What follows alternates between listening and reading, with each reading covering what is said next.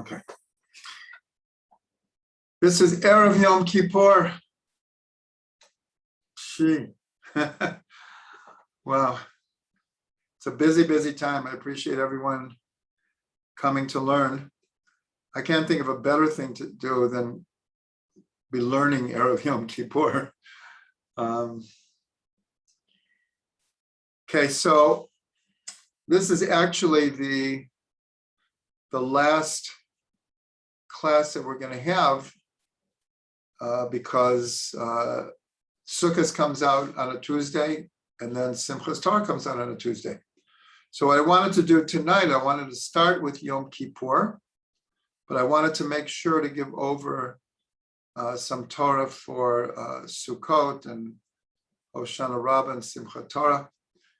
Of course, there's so much we could learn, but I try to pick out some, hopefully, gems of ideas. Instead of, sometimes we learn just one idea and we just follow it through for the whole class.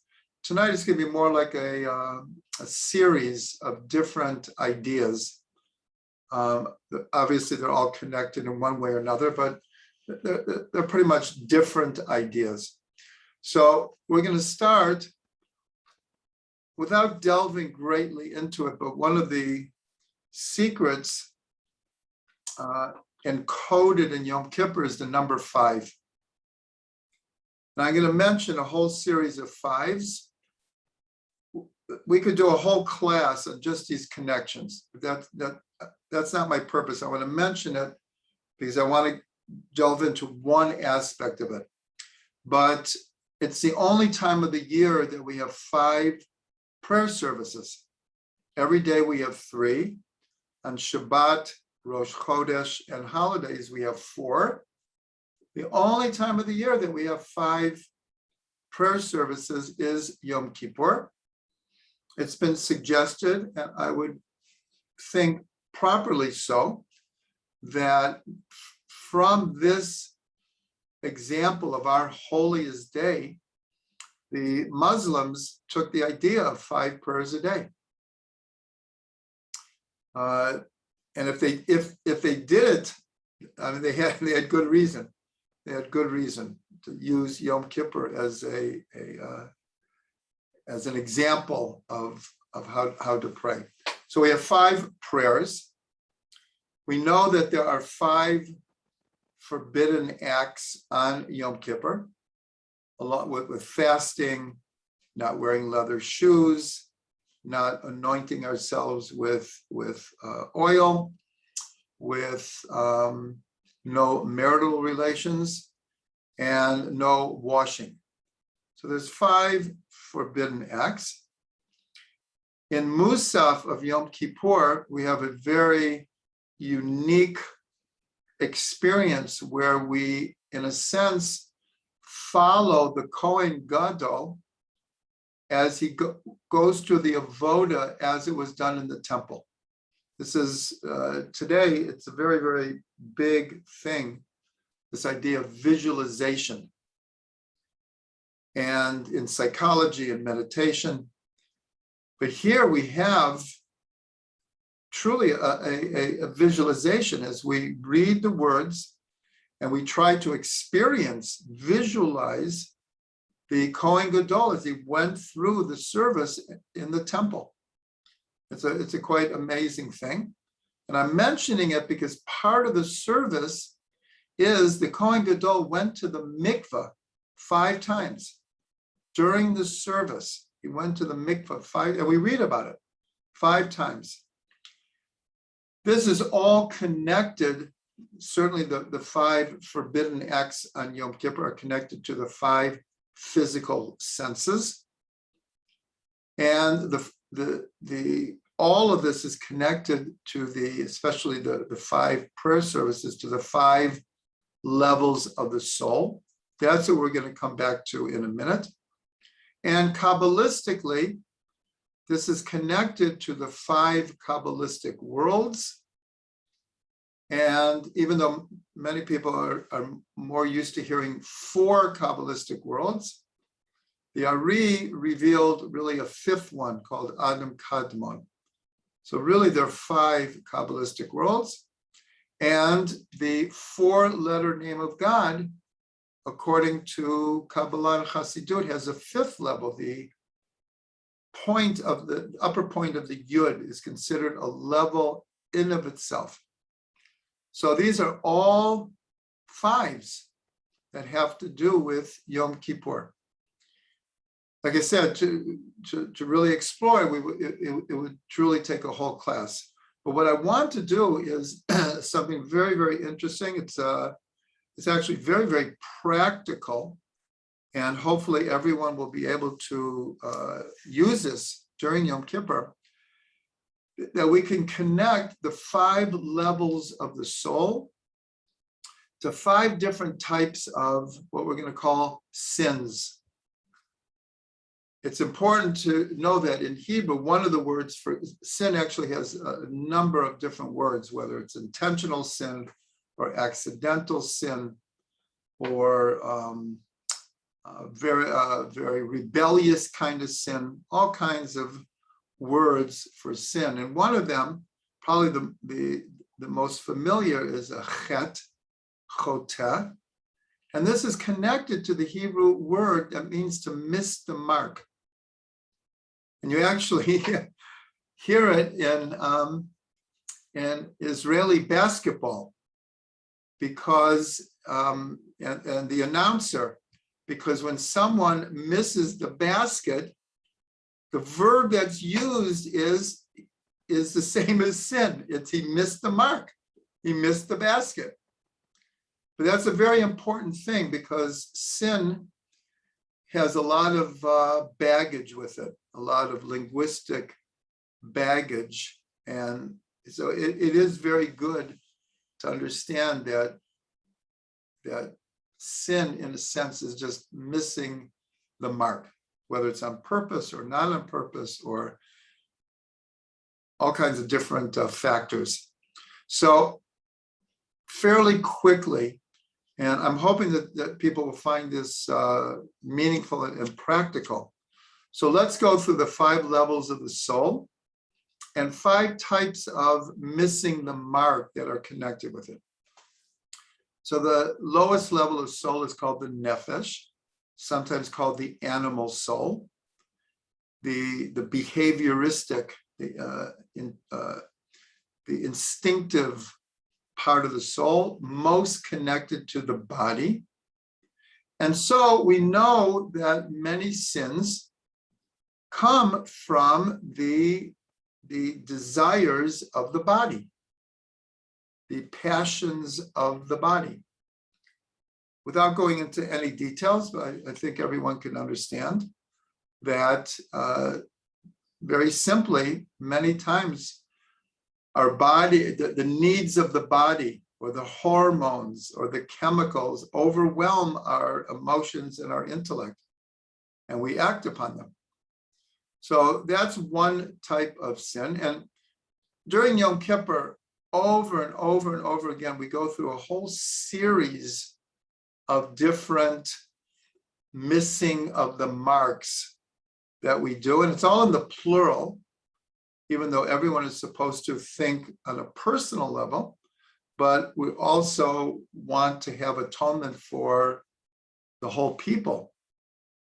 So it's all of it is in the plural. And we'll see that the 5 levels of soul that I'm talking about, we'll see that they appear in this fairly long list of different mistakes or sins or missing the mark that we might have done during the year. And each time we hit the heart. We hit the heart. So my wife calls it a wake-up call, like asking our hearts to wake up, and quoting the prophet in the name of God, who says, I will take away your heart of stone and I'll give you a heart of flesh, which of course is very symbolic. The next level of soul is called the Ruach, translated sometimes as spirit. This has to do with the emotional makeup of a person, all the different emotions that we have, many of them for the good many of them turn out, if they're not rectified, can turn into pride and anger and jealousy and revenge and all kinds of hatred, all kinds of negative things. So obviously, we're human beings, we're not perfect, and every person experiences one time or another some of these negative emotions. And sometimes these negative emotions drive us to say lashon hara about someone, or worse, to take revenge against someone, or think terrible things, or all kinds of things coming from our emotions. That our emotions are driving a wrong type of action, or thought, or speech. Then we have the Neshama.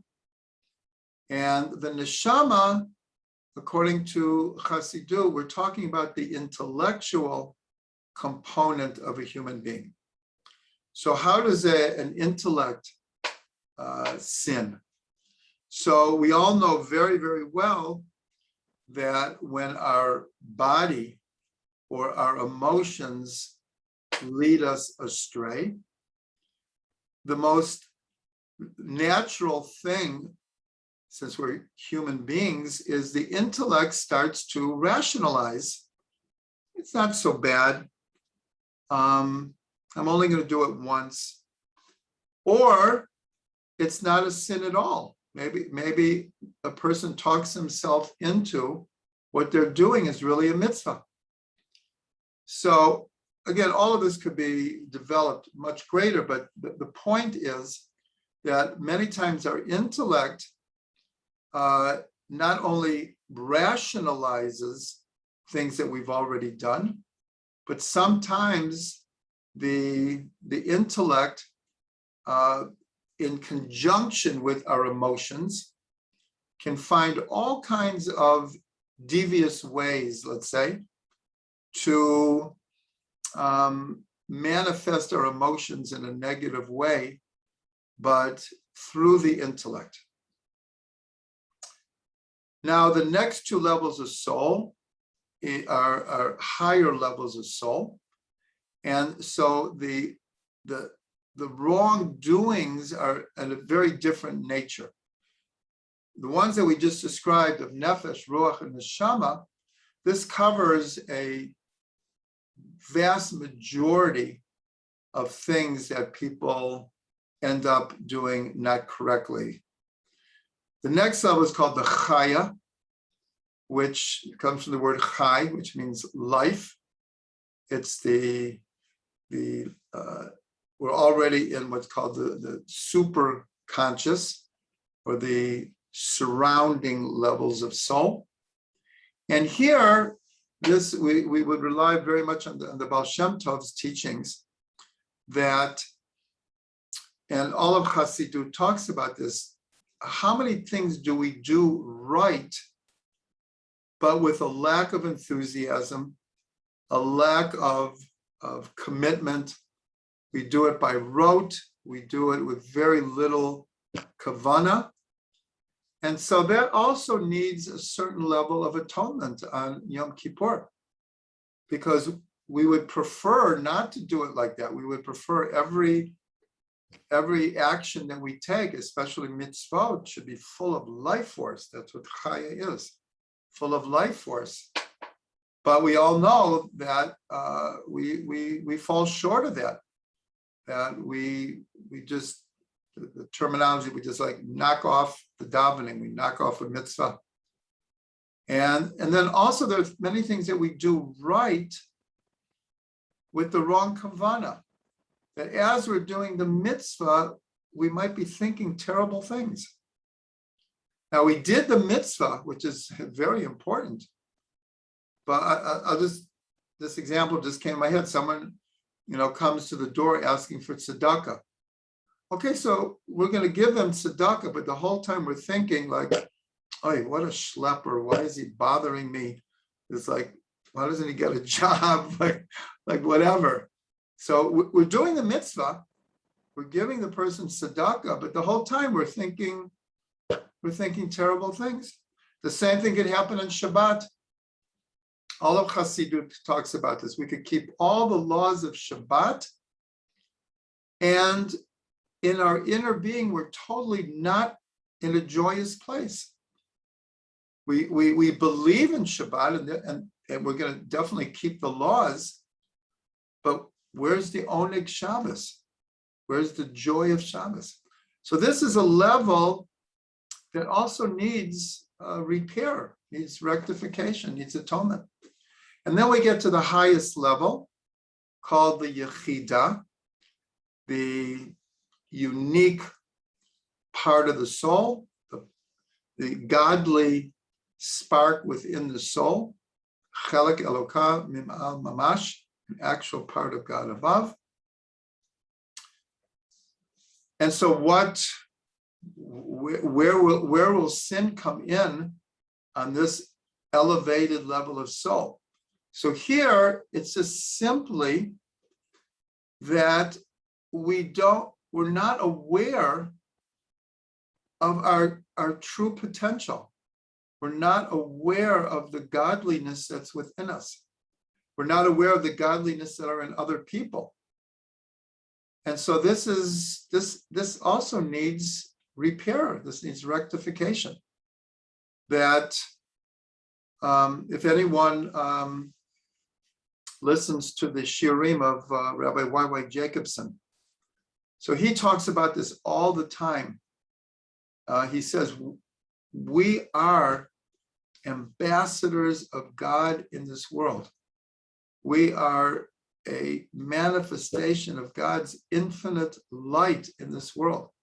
So that's a very, very high level of thinking of oneself.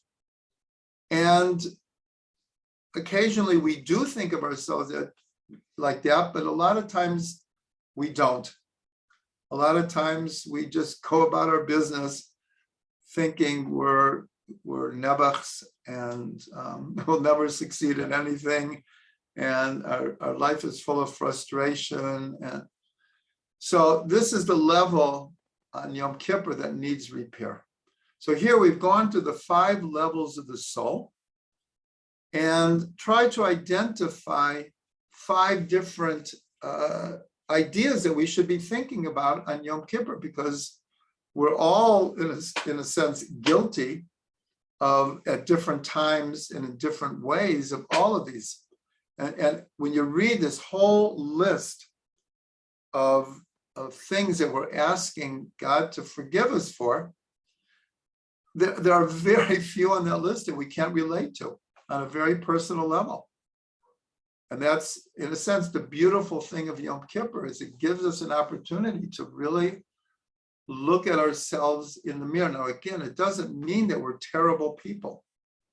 It doesn't mean that we can't fix it. That's the whole point of Rosh Hashanah and Yom Kippur, is we believe that we can be better, and we believe that God understands that we're just flesh and blood human beings, that he gave us a very, very big Yetzer Hara, a very big evil inclination, and we got to do our best.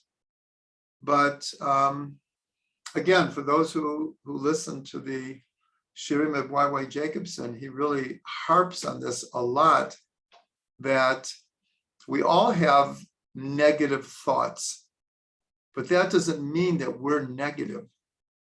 Our thoughts are not necessarily us. Now, usually we would say they are us. Who else is thinking them? I'm thinking it. But the way that the mind works, the way that the emotions work, that our minds are working 24/7, definitely during dream time. Our minds are working all the time. And not every thought is what we want to be thinking about. We all know that. So it's very, very important to not, we can really get down on ourselves. But again, Yom Kippur in the Mishnah is called one of the 2 most happy days of the year. It's because all of this is a cleansing. all of this is meant for forgiveness and for atonement and for rectification. So I hope everyone will take these ideas and infuse the day with joy that we can stand before God and be honest and know that God understands and wants to help us. Okay, so that's one idea.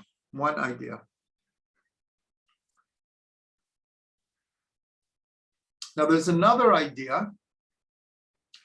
It's like a rhetorical, theoretical question. On Yom Kippur, the Kohen Gadol goes into the Holy of Holies once a year. And he goes in with incense and coals from the altar. And it creates a tremendous cloud of smoke in the Holy of Holies. And so the question is asked rhetorically, what happens to that smoke? Like, where does it go? What happens to it? Which really means when we go into the Holy of Holies, and on Yom Kippur, we follow the Kohen Gadol when he goes into the Holy of Holies, and it's supposed to make us feel as if we are going into the Holy of Holies. And that's a very, very unique moment in the year. And so the idea is, so what happens to that experience? 10 minutes later, 10 days, what happens to that experience? So one of the answers that's given in Chassidut is that the cloud of smoke of the incense is transformed into the schach of the sukkah. Because we have the image that the covering of the sukkah, the schach, are the clouds of glory, are the ananei kavod. So they both have this, the name ananei, clouds of glory.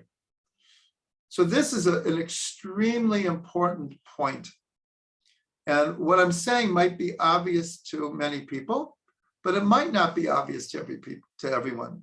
So I want to state it very, very clearly that we have the period from Rosh Chodesh Elul through Yom Kippur, 40 days, modeling when Moshe Rabbeinu went up on Har Sinai for the third time for 40 days.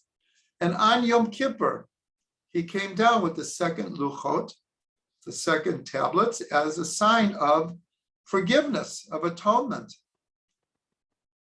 So that's a period from Rosh Hashanah to Yom Kippur. They call it the Aseret Yemei Tshuva.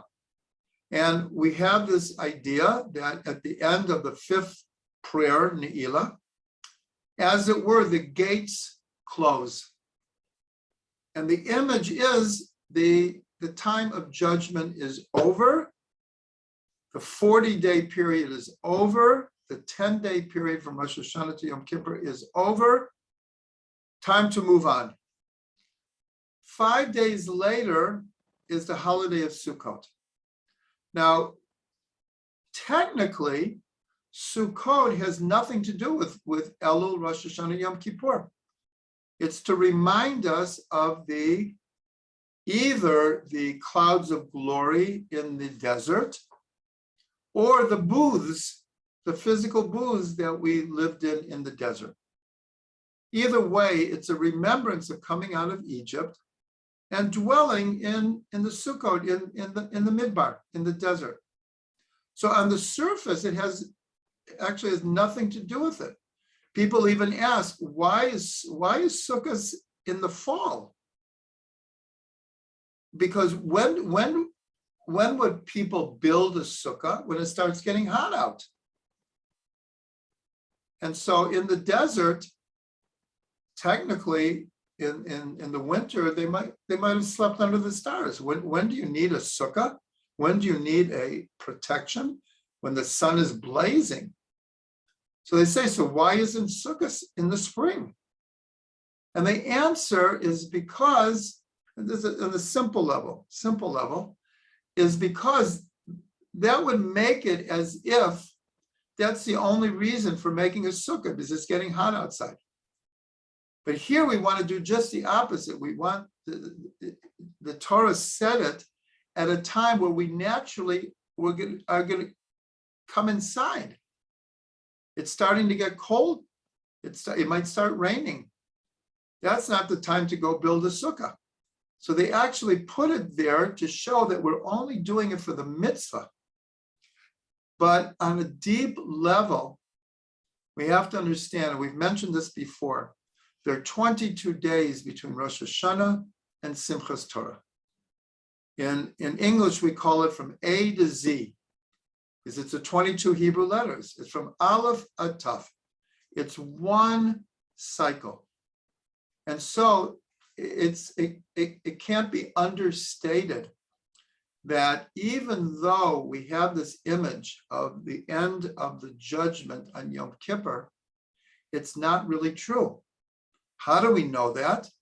Because it's a tradition always going back to the Nevi'im HaRishonim. That means we're talking about first temple times, that the final sealing of the judgment only happens on Hoshana Rabbah.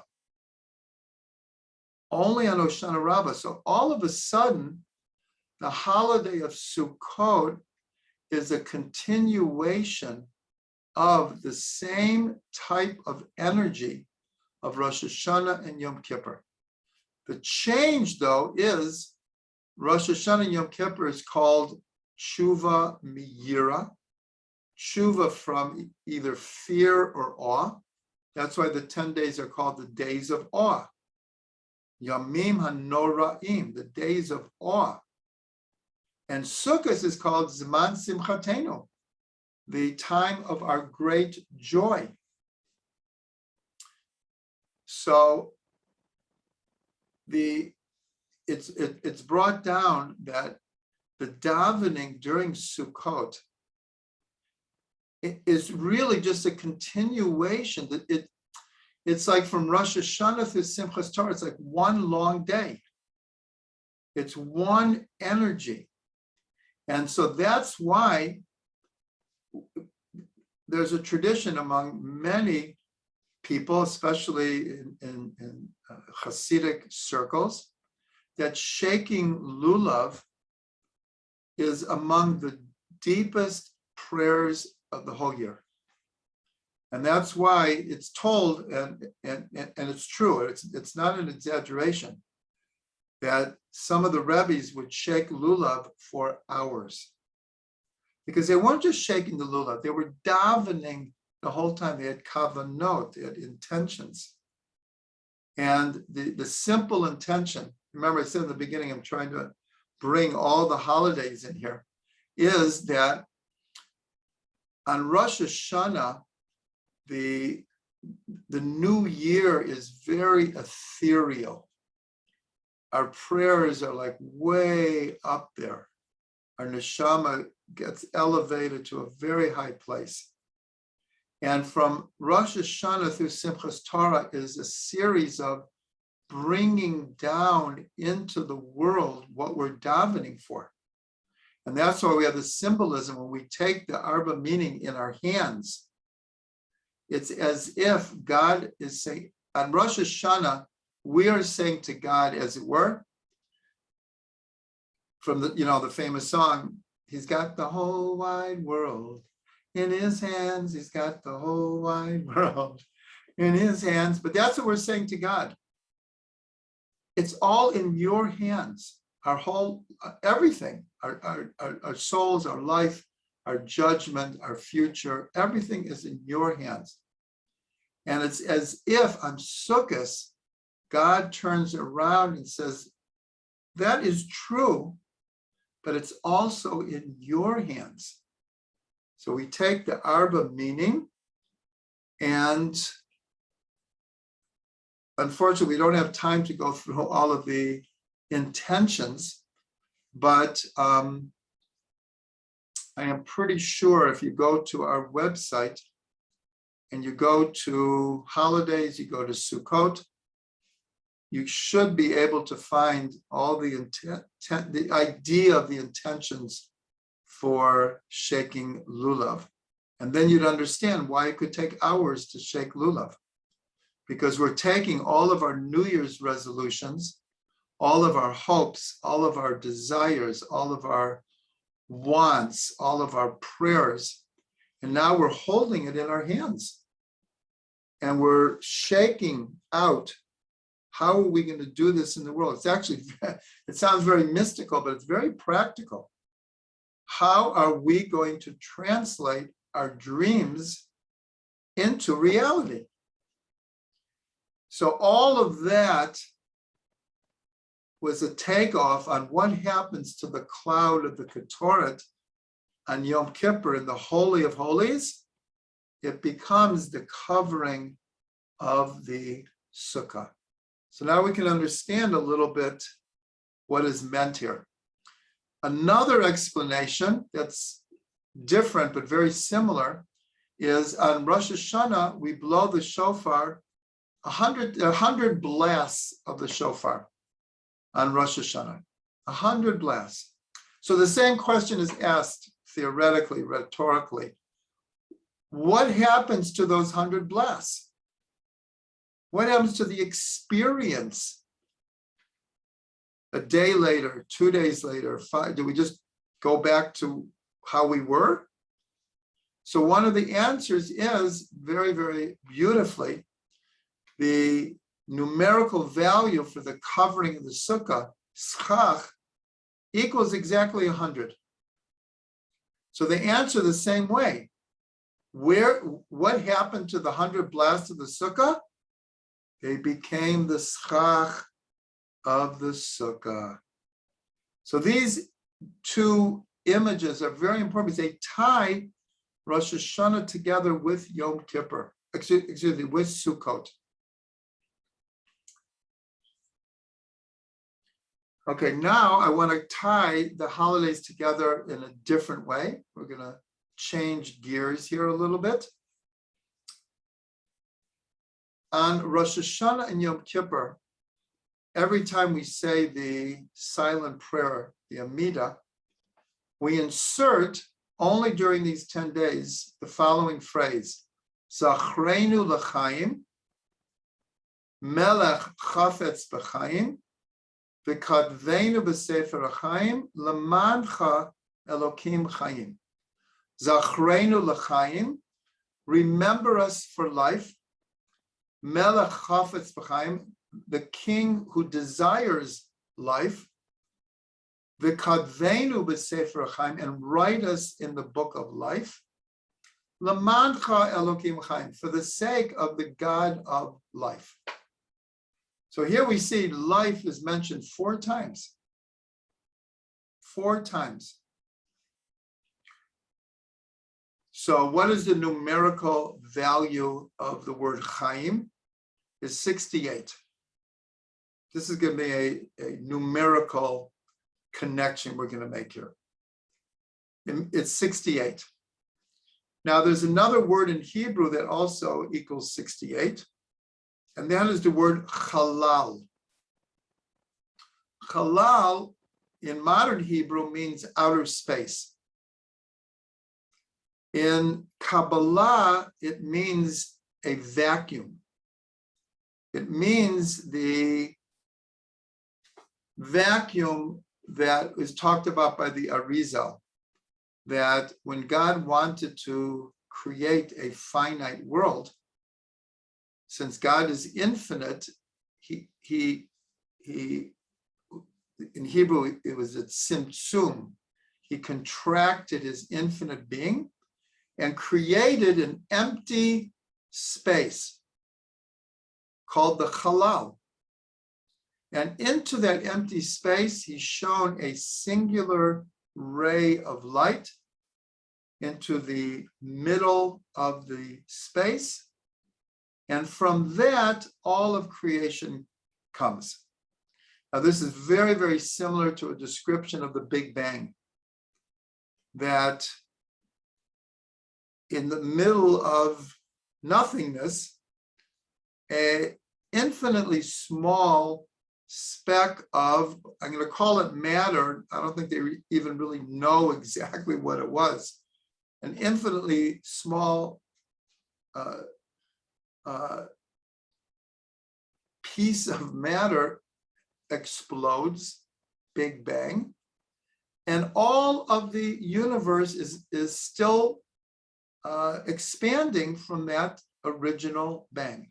That's like the ray of light coming in to the middle of the empty space, and from that all worlds come. Now I'm mentioning this because one of the ideas that runs through Rosh Hashanah and Yom Kippur especially is the idea of bitul. Bitul means self-annulment of ego, of minimizing the ego, of opening up an empty space for God to fill us with light and love and inspiration. There's a pasuk, yes, Tasha, the ray of light is the kav. It's a ray of light that David HaMelech says, Libi chalal b'kirbi. My heart is there's a vacuum in the midst of my heart. And this is what's called bitul.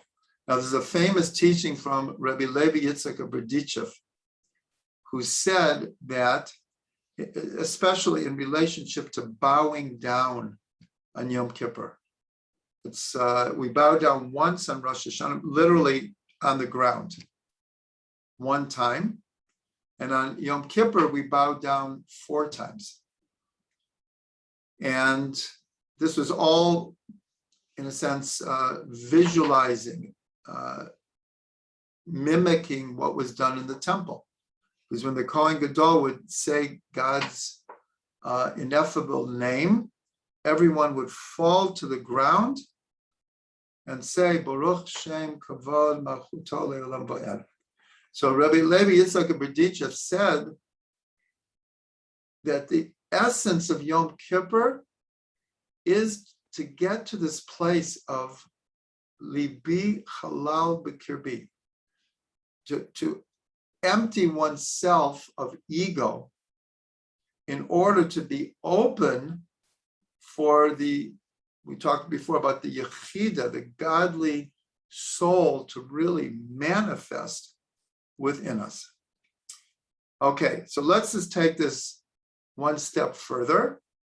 So there is now another word in Hebrew that equals 68, and that is lulav. The lulav equals 68. So here we have, through gematrias, a deep connection, because we start with mentioning life over and over and over again. We want to be written in the book of life. And here we come to Sukkot. And what shape is the Sukkah? It's like the ray of light coming into the halal, which is creating the worlds. For each person on an individual level, the whole process of Rosh Hashanah through Simchas Torah is giving birth to ourselves. It's the recreation of the world. It's the recreation of ourselves. If we want it, if we work at it, we can really make major changes in our life, in our perspective, and how we do things. And so it's connected by this idea of life, this opening up a space for this ray of light which is really like the lulav, to come in and recreate ourselves during a new year. So this, again, is just a beautiful image to keep here. Now I'm going to give another paradigm. I believe I mentioned it, so some of you may have heard this, and I'll go through it quickly because it's also really an amazing, and we'll call it a visualization because it's very concrete in its imagery. So this is from the Arizal, and the Arizal says that, quoting the Midrash, that when Adam was created male and female. However we understand this, the best that we can do is like Siamese twins, in a sense, that male and female were one entity, one body, and then God separated the male from the female. So this is very, very interesting. There was actually a first in Israel this week that they were able to separate two Siamese twins who were connected by the head, and they were able to successfully disconnect them. So it's interesting that this happened like right before Rosh Hashanah. So the Ari says that Rosh Hashanah, and again, this is like a parable. He's offering us a parable that will give us tools to understand the process from Rosh Hashanah to Simchas Torah. So he says that we start Rosh Hashanah as if we are back to back, but here it's with God. Our relationship to God, it's as if we're beginning from back to back, and we want to like be face to face. So we start back to back on Rosh Hashanah. From Rosh Hashanah through Yom Kippur is the process of turning, of trying to turn towards God. The Ari says that on Yom Kippur is when the actual split happens, which allows then a face-to-face relationship. Now, this is not only our relationship with God, in a deep, deep way, it's our relationship with ourselves. Because if we're doing the holidays correctly, we're doing a lot of introspection. We're doing a lot of thinking about who am I, what am I doing, where am I going, what are my goals, what are my ethics, what are my morals. And so this whole process is also an inner process. So on Yom Kippur, it's as if Adam and Eve are now separated. The Ari continues that between Yom Kippur and Sukkot, the two entities turn towards each other. They're now face to face. Sukkot represents hugging. And it's when we're in the sukkah, it's as if we're being hugged by the sukkah. We're surrounded by this, just like you put your arms around someone. So when we're in the sukkah, the walls of the sukkah are hugging us. They're surrounding us in an embrace. The Ari continues that Hoshana Rabbah, which we mentioned before, is the final sealing. There's so much to say about Hoshana Rabbah, but he calls that kissing. Now, what's interesting is that on Hoshana Rabbah, now this is in Hasidic circles. I'm not sure about other ways of doing this, but many Hasidim wear their kittel the same robe that they wear, white robe that they wear in Yom Kippur. Some wear it on Rosh Hashanah also. On Hoshana Rabbah, the nusach, meaning the way that we sing the prayers, is the nusach of Rosh Hashanah and Yom Kippur. Because we're trying to put, this is the last day of Sukkot. We're almost at the end of the process here. And so it put the whole thing together. And we do the 7 hakafot. During Sukkot, we only do one hakaf, one circle around the synagogue. On Hoshana Rabbah, we do 7, holding the lulav and etrog. But at the end of the 7, at a certain point, we put down the lulav and etrog. And listen to this. We pick up 5 aravot, 5 willows. Now the willows, we're told each of the 4 types that we take relate to part of the body. The lulav is like the spine. Is it straight like the spine? The etrog is like the heart. The hadas, the myrtle, are like the eyes, and actually the leaves are shaped like eyes. And the willows are shaped like the mouth. They're long, and they have the shape of the mouth. So here, and that's why the Ari calls Hoshana Rabbah kissing, because at the end we take the willows, 5 of them. What does this connect us to? Remember, the first, as it were, sealing of the judgment was on Yom Kippur, during the 5th prayer, Ne'ilah. And now at the end of Hoshana Rabbah, which really is the closure, again, we take 5 willows, and at the end we hit them on the ground to signify this is the end. This is the sealing. This is the chotemet, the actual seal. And then Simchat Torah, the Ari says this is marital union. This is the apex of the whole process from Rosh Hashanah, is to be unified with God, or to feel unified within our own beings. And so how do we manifest that? How do we experience that? It's like a wedding. We dance with the Torahs all day long, all night and all day. We dance with the Torahs like at a wedding. So this is just an amazing paradigm of going, to review quickly, back to back on Rosh Hashanah, the separation happening on Yom Kippur.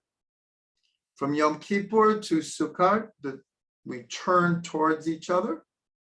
On Sukkot, we are hugged. On Hoshana Rabbah, we are kissed. And on Simchas Torah, we enter into union. So this is just an amazing paradigm that puts all the holidays together. So one of my main points, and I see that we're getting towards the end of our time here, is to emphasize the idea that it's 22 consecutive days of a process. It does not end at Yom Kippur. The process continues. It changes gear, as it were. But, and I'll add one thing that not everyone does, but we learned it from the Babaver Hasidim.